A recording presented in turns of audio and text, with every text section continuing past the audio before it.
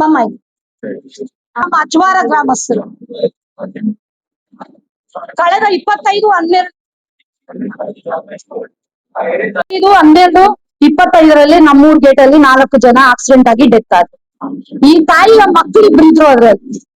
ನಮ್ಮೂರಿನ 4 ಜನ ಹುಡುಗರು, 4 ಜನನು ಮನೆಗೆ ಒಬ್ಬೊಬ್ಬೆ ಗಂಡು. ಈಕೆಗ್ ಮಾತ್ರ ಇಬ್ರು ಗಂಡ್ ಮಕ್ಳು, 2 ಮಕ್ಳು ಸತ್ತೋಯ್ತು. ಈ ಮಗುನು ಮದ್ವೆ ಆಗಿದ್ದ, 6 ತಿಂಗಳಾಗಿತ್ತು ಮದುವೆ ಆಗಿ, ಲವ್ ಮ್ಯಾರೇಜ್ ಆಗಿದ್ರು. ಶಾಸಕರು ಅವತ್ತಿನ ದಿನ ಸತ್ಯ ದಿನ ಬಂದು ಮಾತಾಡಿದ್ರು, ನಾನ್ ಇದೀನಿ ನಿಮ್ಗೆ, ಅಮ್ಮ ನಿನ್ ಕೆಲ್ಸ ಕೊಡಿಸ್ತೀನಿ DC ಆಫೀಸಲ್ಲಿ ಅಂತ ಈ ಹೆಣ್ಮಗು ಹೇಳಿದ್ರು. ಇವ್ರಿಗೆ ಏನ್ ಹೇಳಿದ್ರು, ಮುಖ್ಯಮಂತ್ರಿಗಳ ಒಂದು ನಿಧಿಯಿಂದ ಒಂದೊಂದು ಕುಟುಂಬಕ್ಕೆ ಅಂದ್ರೆ ಒಬ್ಬೊಬ್ಬರಿಗೆ 5 ಲಕ್ಷ ರೂಪಾಯಿನ ನಿಮ್ಗೆ ಕೊಡ್ಸೋಂತ ಕೆಲಸ ಮಾಡ್ತೀನಿ ಅಂತ ಹೇಳ್ಬಿಟ್ಟು ಹೋದವ್ರು ಇವತ್ತಿಗೂ ನಾಪತ್ತೆ. ಎಲ್ಲಿದಾರೋ ಗೊತ್ತಿಲ್ಲ. ಶಾಸಕರು ಅವ್ರು ಹೇಳಿದ ಮಾತು ಮೇಲೆ ಅವ್ರಿಗೆ ಹಿಡಿತಾ ಇರೋದಿಲ್ಲ. ಈ ಹಣವನ್ನ ಕೊಡ್ಸೋದಕ್ಕೆ ಇವಾಗ 2 ತಿಂಗಳು ಬೇಕಾಗಿತ್ತ ಅಂತ ನನ್ನ ಪ್ರಶ್ನೆ. 5 ಲಕ್ಷ ಚೆಕ್ ಕೊಡೋದಕ್ಕೆ ಇಷ್ಟು ದಿನ ಬೇಕಾಗಿತ್ತ? ಕೊನೆ ಪಕ್ಷ ಅವ್ರ ಕುಟುಂಬಗಳು ಹೇಗಿದೆ ಅಂತ ಸಹಿತ ಕೇಳಲಿಲ್ಲ. ಬೆಳಗಿನ ಜಾವ 5:15 ಬಂದು ಮಾತಾಡ್ಕೊಂಡು ಹೊರಟೋದು.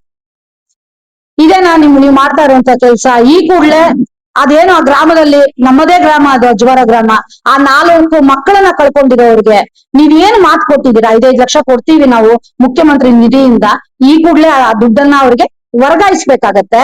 ಇಲ್ದಿದ್ರೆ ಮುಂದಿನ ದಿನಗಳಲ್ಲಿ 15-20 ದಿನ ಬಿಟ್ಕೊಂಡು ಅವ್ರ ಕಡೆಯಿಂದ ನಾವೇ ಒಂದು ಪ್ರೆಸ್ ಮೀಟ್ ನ ಮಾಡಿ ಹಣ ಕೊಟ್ಟಿಲ್ಲ ಅನ್ನೋದನ್ನ ನಾವು ನಿಗದಿ ಮಾಡ್ತೀವಿ, ನಿಮ್ಮ ಗಮನಕ್ಕೆ ತರುವಂತ ಕೆಲಸ ಮಾಡ್ತೀವಿ. ಸುಮ್ನೆ ಆಶ್ವಾಸನೆ ಕೊಡೋದು ಒಳ್ಳೇದಲ್ಲ. ಆ ಮಗುಗ್ ಹೇಳಿದ್ವಿ, ಆ ಮಗು ಇಂಜಿನಿಯರಿಂಗ್ ಸ್ಟೂಡೆಂಟ್, ನಿನ್ಗೆ ಯಾಕಮ್ಮ DC ಆಫೀಸಲ್ಲಿ ಒಳ್ಳೆ ಕೆಲಸ ಕೊಡಿಸ್ತೀವಿ ಅಂತ ಹೇಳಿದ್ರು.